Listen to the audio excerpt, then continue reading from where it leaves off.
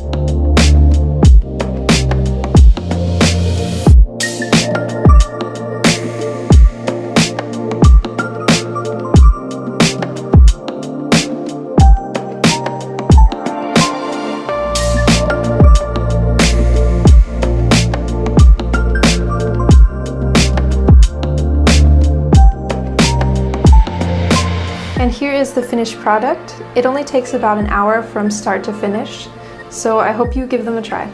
Thanks for watching.